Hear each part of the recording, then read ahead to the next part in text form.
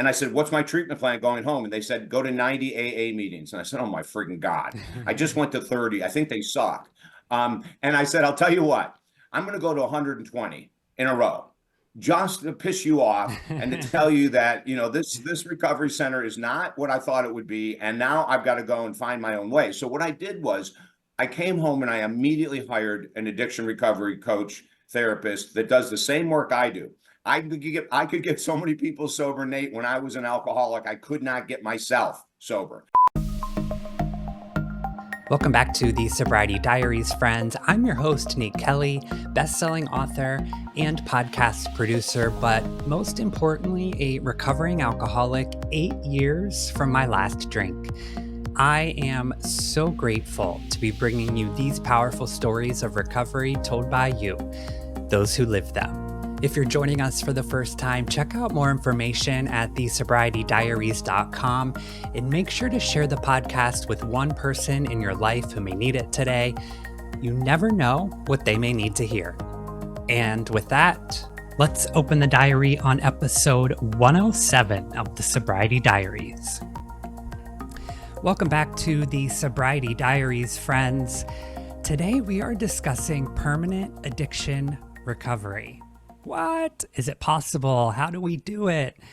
My guest today is a best-selling author, executive coach, and counselor with over 30 years of sobriety. He's also helping others to overcome their own obstacles, of course, addiction being one of them. Please welcome David Essel. David, how are you today? Nate, it's so good to see you here. You're looking awesome, brother, and we're going to have a great show. I'm so excited. I am so intrigued by this teaser that we throw out and that I see in your bio and with your book. It's definitely a different approach, so I'm excited to chat about that. I do always like to kind of start with a bit of your own personal journey through addiction and recovery and, kind of paint a picture for us of how we've gotten now to over 30 years of recovery. But let's harken back to the days. Take us to a young David and maybe what prompted you to seek a path to recovery. I'm quite a bit older than probably a lot of your audience. And in the 50s, I was a real troubled kid. At 3 years of age, I'm in the doctor's office. And back then, Nate, this is how long ago it was, doctors were smoking in their offices. God, love That's it. how long ago I was in that office. And I can remember like it was yesterday, being brought in by my mom and dad because I had all kinds of behavioral issues. And him sitting there smoking his cigarettes and saying, well, I think it's just allergies. Now, we have to remember, in 1959, they didn't think kids could be depressed, anxious, ADD, ADHD weren't talked about back then, right? So they blew it off. This was the beginning of my addiction. By the age of 12, I had lost control of my emotions. The only thing that mattered to me in life was basketball. Thank God I had something to anchor me. But I was all over the place, Nate. I was up and down, angry. And what we find out now, 50 years later plus, it was simply because I had these conditions that no one knew how to diagnose. They didn't know how to treat kids with depression, anxiety, ADD, and ADHD. And even today, we don't necessarily do a great job of it either, but at least we've improved some. But that led at 12. My parents did the best they could. They were great, loving moms and dads, but they had no idea how to handle such a sensitive soul that I came into the world as. And my sensitivity was so deep, Nate, that, if I came home and I complained about not playing as much, even at 8 years of old or 9 in the basketball game, I thought I should have played more. My parents did always the positive thinking. Oh, tomorrow's another day. You'll play better next time. That kind of stuff. Now, it might sound comforting, but what we're doing is we're shoving our child's pain down its throat. Think about that. A child is expressing emotion. They need to vent. They need someone to listen. They need to know someone's caring. And what the average American does is what my parents did. I mean, that's what they were trying. Oh, don't worry about a thing. It'll be better tomorrow. When you wake up tomorrow, you won't even think about Mary, the girl that your best friend stole from you at 15. It's that kind of stuff. And so over time, I became so frustrated. And then at 12, I had a chance to hang out with these 16-year-olds, but they told me that the only way I can hang out is if I guzzled a 16-ounce warm Budweiser beer. And that was the beginning. I felt relief from my pain. I finally found something to relieve my pain, and it was called alcohol. And it worked perfectly until the next day. And then we had to do it again. And then it worked perfectly until the next day. Right. And that's the whole world of addiction, right? And so starting at 12 to fit in, it's called peer pressure. I needed to escape the family that couldn't really understand how I was made up of how different I was from my brother, my sister, my mother, my father. I mean, I'm from a different planet, for God's sake. We used to tease as kids that I was the milkman's son. I mean, I Yeah. swear to God, it was a joke within the family, But that led then at 12, by 15, I don't think there is a drug in the world I hadn't done except for heroin. That's the only thing I hadn't done at 15. I had done mushrooms, LSD, speed, obviously alcohol, pot, cocaine. Cocaine came a little bit later, but not much later. I was injected in college with heroin, more heroin than you could ever believe, and it did not have an effect on my brain, which is such an incredible blessing. Wow. What a blessing. You know, Yes. isn't that amazing? Like, I was so high on coke that night, and I had a roommate who was a heroin addict, and he said, "Oh, I'll help you bring you down, let me inject you." And I had never done it before. I didn't know what to expect. And he kept injecting, and it did not have an effect. I speak to you today and to your audience today saying that is God in action, man. That is freaking God. I was hungry for every addiction, every substance. I would take anything. Yeah. And that didn't work. And what an amazing blessing that it didn't work, but it continued to go on. And then as I grew into becoming an entrepreneur, a counselor, and an author and a speaker and all this crap, Nate, then I started using alcohol as a way to gain business, go to networking events, drink with people who are successful, get them as clients, and then that turned into a whole justification, rationalization, Of excuse. course. Yeah. So that all came up, and then there was a crashing blow. And the crashing blow that really got my attention, and it would to anyone for sure, was in 1990. I just passed 45 years as a counselor. I can't believe it's been that long.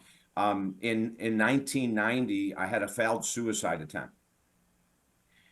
And that was, I say this, and I'm going to say this very carefully for families that may have lost someone to suicide. It was one of the massive turning points of my existence. It was something that it rattles you to your bones. I knew what I was going to do. I failed at the attempt. And right after failing, I started calling psychiatrists. I lived in a small town in Florida, and every receptionist that answered said, "We can get you in 3 months or 6 months, go to the hospital." And there was Right. no way I was going to a hospital. I did not want to be admitted. I didn't want to be what's called Baker acted. I didn't want any of that kind of stuff happen. I wanted to work with someone, so I chose one of the psychiatrists I called, and I just went to the office. It was about 3 o'clock in the afternoon, and the receptionist said, "Can I help you?" I said, "No, but the doctor can, and I'm not leaving until I see him." And I sat down. Good for And of you. course, she first said, "Sir, you can't be here. You must leave." And I Yeah. said, "No, I'm staying." 6 o'clock at night, the door opens. He peeks his head out. He said, "You're still here?" I said, "Yeah, I'm not leaving until I see you." He said, "Well, then come in." And I came walking in, and he said, "What's going on?" And I'm crying as hard as you can believe, trying to express, what had happened that morning, and, how lost I am. And he said the most incredible words, Nate, I'll never forget. "David, I can help you." These words are so powerful. And as you sit here today thinking of a friend that you may have that's depressed or anxious or struggling with addiction, I can help you by listening. Would you like me to listen? I can help you. Would you like me to sit with you? I can help you. Hey there, future podcaster. I'm Nate Kelly, and today I'm thrilled to introduce you to something that is going to transform your podcasting journey. Are you ready to turn your passion for podcasting into a thriving reality? Let me introduce you to the Podcast Launch Accelerator.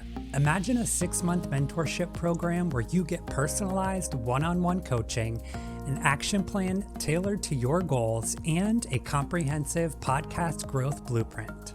But wait, there's more.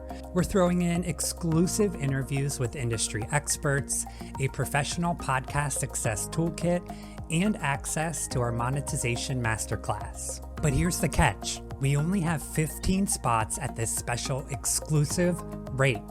Act now to secure your spot and transform your podcasting journey. At the end of 6 months, we guarantee you a spot in the top 10%, appearance on top iTunes or Spotify charts, and a monetized podcast with host-read ads. And the best part, we let you choose where we focus. It's all about what's most important to you and your brand. Imagine having a successful monetized podcast that reflects your passion and your unique voice. Join a community of passionate podcasters and industry experts that support each other's journey every step of the way. Ready to launch your podcast? Click the link in today's show notes to secure your spot in the Podcast Launch Accelerator. And remember, you'll get exclusive interviews, a professional podcast success toolkit, and access to our monetization masterclass. But act fast. We have limited spots available, and you do not want to miss out on this opportunity. It's time to transform your podcasting dreams into reality. I'm Nate Kelly, and I can't wait to see you in the Podcast Launch Accelerator. We don't have to give answers. We don't have to give advice. We just have to say, I can help you just by being present. You know, being present is a very foreign object for most of us in today's life. You know, like if I'm going to be fully present right now, I'm looking at Nate. I'm sitting in a chair. I feel the chair underneath me. My feet are crossed on the floor. My fingers are together locked, almost like in a prayer position. I am fully present in this very moment. And part of what we're here to talk about, permanent recovery, is all about being completely present in this life.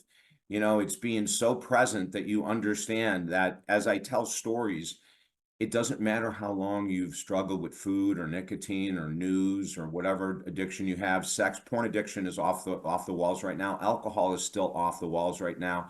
You know, the leading liver expert, transplant expert in the United States of America, and we have this in our book, Permanent Alcohol and Life Recovery, stated that the number one problem in America today is alcoholism.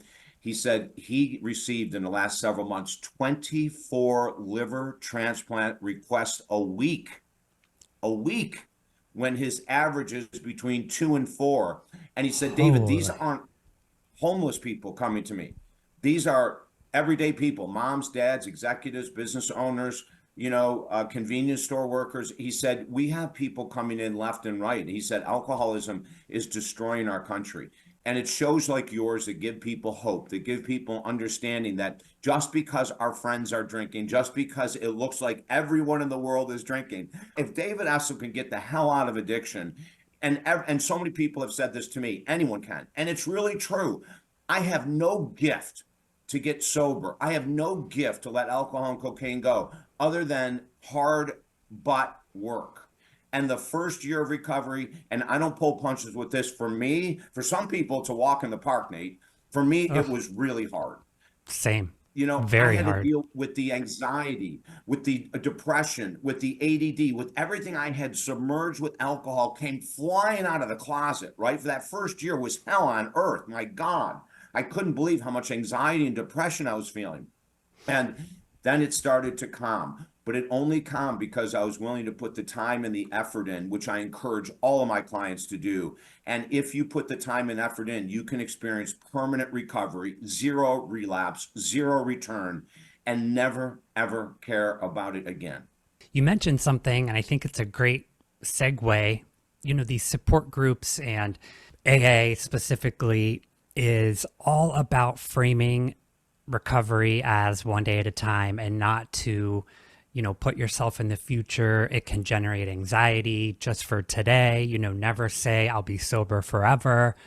Kind of completely 180 from this different point of view. And it may be hard for some people to kind of grasp that. So in your recovery, when did you start to think about this idea of permanent recovery, and how has it evolved to now what it is? Yeah, beautiful questions, Nate. It wasn't until a couple years, you know, now we have to remember that 12-step has sort of indoctrinated the world that their philosophy is the only philosophy that works. And I just said it's a 90% failure rate. Right. So I went to a treatment center and they forced me to go to 12-step meetings. You know, I didn't want to go and they forced me to go. And so I went. And then when I got out of the 30-day treatment center, They didn't have any kind of a treatment plan for me. I mean, it's crazy. These treatment centers are so expensive. And I said, what's my treatment plan going home? And they said, go to 90 AA meetings. And I said, oh my freaking God. I just went to 30. I think they suck. And I said, I'll tell you what, I'm going to go to 120 in a row just to piss you off and to tell you that, this recovery center is not what I thought it would be. And now I've got to go and find my own way. So what I did was I came home and I immediately hired an addiction recovery coach therapist that does the same work I do. I could get so many people sober, Nate. When I was an alcoholic, I could not get myself sober. So I went to the program 30 days. Then I came out. I hired an addiction therapist to work with me every week for 52 straight weeks, by the way. And then I went to 120 AA meetings. And I'm sitting in these meetings going, are you freaking kidding me? Everyone is saying, hi, I'm David. I'm an alcoholic. And they've been sober 22 years. Yes. And I'm going, do you know what you're telling your brain? And then the other thing is you go into these meetings and all you hear is negativity. Well, I've struggled for them. I've lost 2 wives. I lost my job. I lost my, and then we have other people that are in there. But it's like, where's the motivation to change? Where's the excitement to change? And that's what our program brings. We bring a high energy level. You'll have David Essel 365 if you want him. We have, as a matter of fact, I'll give you an example. We have an individual that signed up for the permanent alcohol recovery program. 9:00 last night, he had a massive craving and he texted, is there any way you can talk? And I said, heck yes.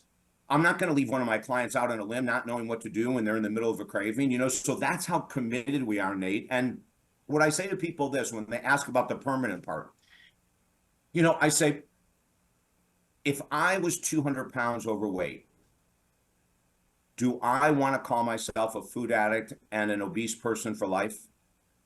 Is that going to get me excited, to change if I'm 200 pounds overweight?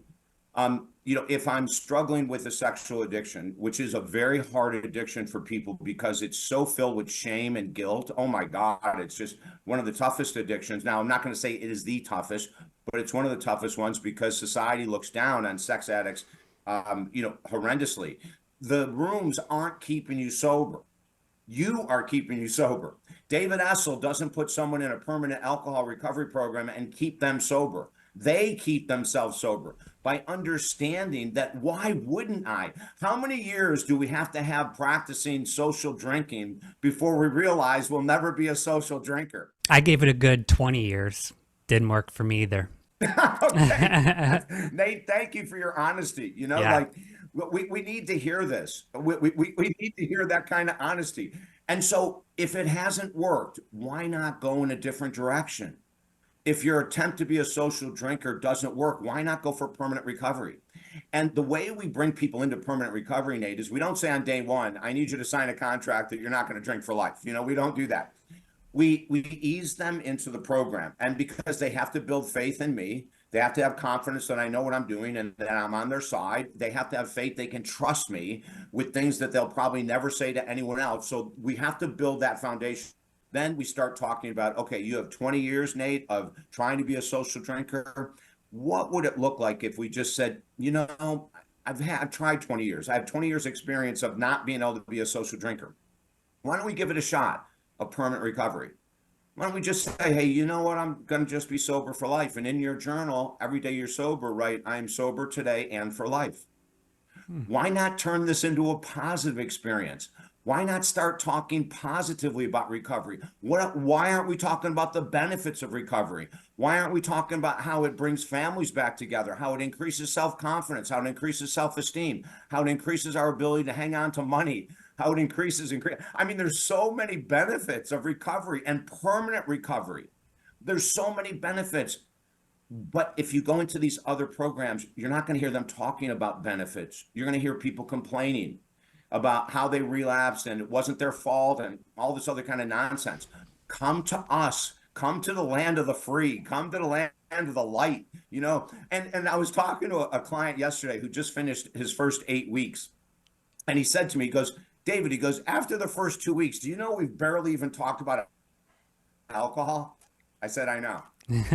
That's the best part. You think it's just not drinking, but it's so much more than the alcohol. It is it's weird to say, but it's kind of just like the least of your worries. Once the alcohol is away, then you have these, you start feeling feelings and rebuilding relationships and living a better life and all those benefits that you mentioned. It's just truly, truly extraordinary. And I will say, yes, there's something about 12 steps and those support groups where it's reiterating the negatives in your life and thinking back to stories that you're ashamed of. And to a point that you made earlier, how is your brain reacting to that when, Yeah.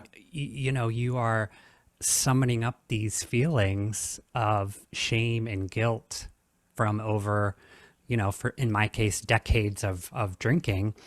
Yeah. Let's turn it to the positive. I love that. Yeah. Yeah, and that's what our whole program. And when the guy said it, after the first 2 weeks, we haven't even used the word alcohol. We go back in and we look at the family of origin structure. Because most of our addictions become, in reality, between 0 and 18. The foundation point of almost all addictions is 0 to 18. And it could be a role model. Maybe mom, dad are addicts, alcoholics. Maybe they're nicotine addicts. Maybe they're television addicts, spending addicts, whatever it might be. And so we have a role model from 0 to 18 that we look at as being, quote unquote, Nate, normal, Yeah. right? I see mom and dad doing this every day since I was born. It must just be a normal part of being married. A normal part of being an adult is drinking every night or whatever it might be. So we have a problem with role models, of course, and so 0 to 18 is usually where that first beginning of addiction starts. Now, we have clients that from 0 to 18 were raised in horrendous households, but it wasn't until they got to college where they started drinking and found that, oh my God, I can't have one or two, I have to have 10. That was me. Now, let's talk about genetics. Again, people love to call this a disease, and it's not your fault. That's a famous AA quote. This is a disease. It's not your fault. Oh my God, you're giving people a reason to go out the freaking door and relapse right now. It's not my fault. It's a disease. What a great opportunity to relapse. I will use that as many times as I need to. Honey, it wasn't my fault. They even say it in the meetings. I have a disease. It's not my fault. So let's talk genetics. Is there a gene for alcoholism? Yes, I have it. And Nate, you might have it as well. My brother had it as well, or still has it. We still have it. The gene never goes away. It doesn't matter how long you're sober. It doesn't go away. It's always there. However, the gene does not pull you into a liquor store. The gene doesn't bring you to a networking event right to the bar. The gene doesn't have you on the floor guzzling champagne during your niece's wedding with a tie around your head. These are things that people have to get real with. Now, if you have the gene and you drink, there is a chance that it'll get activated. And once it's activated, that's where the craving comes in and you want more and more and more and more. So does genetics play a role? No, not in the creation of addiction. But does genetics play a role once you start drinking? If you have the gene, hell yes, and there's no way around it. There's no supplement you can take. There's no drug you can take to make you a social drinker. There's nothing. If you have that gene and it's activated, it's going to go nuts. And I have a great story of a woman who was raised in an alcoholic family, but she never had a drink until 44 years of age. And so she went through her whole life. While her whole family is incredibly dysfunctional and everything else, she was great. One day she comes home and she sees a package on the kitchen counter with a note on it. And it said, "Sign these papers. You will never see me again." And it was divorce papers from her husband. And she had no idea that there was anything wrong with the marriage. And she screamed as loud as she could. And one of their neighbors heard her and came running over and said, "What's going on?" And she couldn't talk. She just pointed to the paper. And the woman ran back and grabbed 2 bottles of wine and came in and said, "Here, we have to calm you down." That was all that was needed. And that family gene was activated. And she was in the hospital with the highest blood count of alcohol in her system in the state she lived in ever recorded. They have no idea how she lived. They had to pump her stomach multiple times. They said they declared her dead, and then she came back. I mean, it's the craziest story in the world. But again, here's the gene lying dormant. So it didn't create her addiction. But her inability to handle a very difficult emotional situation led her friend to say, "Here's your answer." And the answer turned out to be a complete nightmare for this woman. Oh, wow. That's a crazy story. Yeah. It's almost like, the medical conditions that can lay dormant inside you, but once there's that like spark that brings it to life, it's off to the races. Man, that's Yes, scary. exactly. Whew. Yeah. Well, David, I want to bring kind of things full circle. We started with a story with you in the doctor's office and he telling you he can help and how powerful those words are.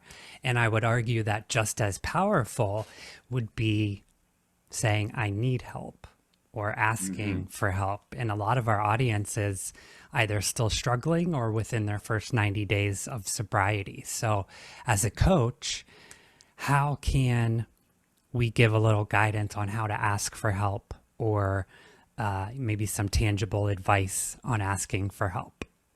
Yeah, asking you got it, Nate. I mean, this and for men, we still have that kind of John Wayne mentality, Right. where we should be able to figure this crap out by ourselves. There's only one way to do it, Nate, and you got to put your neck on the line and ask for freaking help. There's no way around it. You can't, soft shoe this stuff. You have to just go and say, hey, listen, you go online and Google addiction recovery therapists, addiction recovery coaches. Go online and Google in your area. Go to psychologytoday.com and Google DavidEssel.com. DavidEssel.com. Thank you, Nate. You got it, and really ask for help. Now, we offer everyone a free 20-minute phone session, regardless if you continue working with me or not. Oh. If you're on the edge and you're not sure what to do with your addiction, go to my website, davidessel.com, or it's really easy if you remember talkdavid.com. Then you don't have to remember how to spell Essel. So talkdavid.com is the same site. Go there and sign up for a free 20-minute phone session. I'll give you everything I have in 20 minutes. I will unload and help you as much as I can in 20 minutes. And if you choose not to work with me, that's totally cool. Listen, my mission is huge, and my mission is to help change this world, dramatically change it. And the only way to do it is to give my time away, which I do all the time. Oh, the more people that I give my time away for, those individuals will go out and give their time to help someone else, and then they'll go out, so it's this trickle-down effect, right? So please don't hesitate. Don't think, oh my God, this guy's so busy, he won't have time for me. We will find time. This is my life calling. Ever since 1990, I have devoted more and more to the world of mental health. And let's mention this, Nate. Every addiction is an emotional issue. Every addiction is caused by our inability to deal with peer pressure, stress, anxiety, depression, PTSD, low self-confidence, low self-esteem, trauma, abuse, neglect. Every freaking addiction is caused by some emotion that we don't know how to handle. A huge part of our permanent alcohol and life recovery program is called teaching people emotional regulation. How do I deal with the cravings? How do I deal with the peer pressure? How do I deal? This is all emotional regulation, And so I was talking to a doctor, one of my clients last night, and we've got him sober now for several weeks, and he's going to this huge event, and it's all these doctors that he's used to drinking with, and he goes, "Oh my God, I'm going to have to drink this Sunday. I can't. They expect me to drink." That's the peer pressure, right? Yes. And so I said, "Lie." And he said, "What?" I said, "Make up a freaking lie." I said, "Listen, I'd rather have you out of integrity lying than drinking. Okay. So if you have to go out of integrity, you can say I'm an antibiotic and I can't drink anything. That is one of the greatest excuses, lies that you could ever use. Right. Who cares? Use it. Right? Yes. It's my cat's 9th anniversary of her passing over, and I'm always sober on the 9th anniversary of her passing. I don't care what you say. Whatever works. Whatever works. You got it, Nate. David, I wanted to ask you, you mentioned how important basketball was growing up, and I wanted to get your thoughts on, kind of the correlation of having something physical and your energy level and your coaching and motivation. Does that still factor in, or do you think, as a young entrepreneur, that sports background and that sort of team atmosphere contributed to your success? I think, you're 100% correct. People are born with certain gifts. So everyone, you have certain gifts. I have one of the gifts that I was given at birth was to be a leader. And so in sports, I was a leader. Now, one of the great things that comes out of that is that as a leader, it doesn't matter if you're a leader in a manufacturing company, a convenience store chain, sports, it doesn't matter. But as a leader, you have a responsibility, to make sure that the team is a team, that you're working together hard. And what usually comes out of that is people who are leaders have high discipline, high energy levels, extremely intense work ethics. So all of those things I use to continue to help me stay clean. The discipline, the work ethic, and that's all, anyone can learn it. I mean, I was born with some leadership skills, but then I have then become more disciplined, stronger in my faith, and I believe my spiritual path has a lot to do with my long-term recovery. And let me give you one more story, Nate, about the power of permanent recovery. So my mom, loved me to death, and after the age of about 20, I fell in love with my mom. I was a jerk as a kid. I was way too hard to handle. I was emotionally out of control. And I realized in my 20s what an amazing angel my mother was. And she had never kicked me out of the house. She had every reason in the world, Nate, to kick me out. She really did, but she never made me feel unlovable. This is really important. If you have children who are addicts, I don't care if they're 50 years of age, she never made me feel I wasn't lovable. She understood I was challenged mentally, I was challenged emotionally, I was challenged with addiction, but she never made me feel I was not a lovable person. And that was really powerful. And so in my 20s, I created this intense relationship with my mom, even though I lived in Florida and she lived in upstate New York. I just in a complete love affair, and don't take that in the wrong way, anyone. It's just a complete devotion to a mother who loved me more than any mother could, and still brings up emotion. She passed away, and it was a 4-year battle with dementia. At the same time, my dad was dying. They were both dying. It was a horrendous period of time for 4 years, just horrendous. And if anyone's ever lost someone to dementia, it is one of the worst diseases you could ever go through. I mean, my mother and father were married 71 years. Wow. Nate, 71 years. God bless them. And can you imagine your wife, after being married 69 years, saying to her husband, "Who the hell are you? And get the hell out of this house." Heartbreaking. That's how damaging, how heartbreaking dementia is. But I tell this story for this reason. As close as I was to my mother and father, and I know not everyone has that type of relationship, I had to build it over the years. It took time. As close as I was, there was not one time in the 4 years of them suffering and dying that I ever even thought about having a drink. Not one time. That's permanent alcohol and life recovery. Oh, what a beautiful, powerful wrap up to that conversation, and really being able to pinpoint the importance of it and the how powerful it can be in our lives. David Essel, wow, so glad we crossed paths. What a great conversation. TalkDavid.com and DavidEssel.com. I'll link everything in today's show notes. David, all the best, my friend. Thanks so much for your time today. Nate, I had a great time as well. And, all of your followers can get a free copy of the book, The Permanent Alcohol and Life Recovery. You can get a free copy at TalkDavid.com. So don't pass it up. I mean, this is a starting point. And then if you need help, email me and let's work together. Nate, you are an awesome host. You do something that very few hosts do. You listen. And I say that as an amazing compliment. There are so many hosts that want to get their words in and interrupt and interject. You're an incredible listener. And because you're an incredible listener, it made this really enjoyable for me. And I hope it did for your audience as well, Nate. I think so too. Thanks so much, David. Thanks so much for listening today, friends, and downloading our episodes. Hopefully you heard something inspiring today and that resonates with you. For more information and to apply to be a guest on the show, head over to thesobrietydiaries.com or follow us on Instagram at Podcast Revolution Studios. I love chatting with you guys. Check out all of our video episodes at youtube.com/Nate Kelly. Make sure to subscribe to the show now so you never miss an upload. We're back with new episodes every Wednesday. Goodbye, everyone.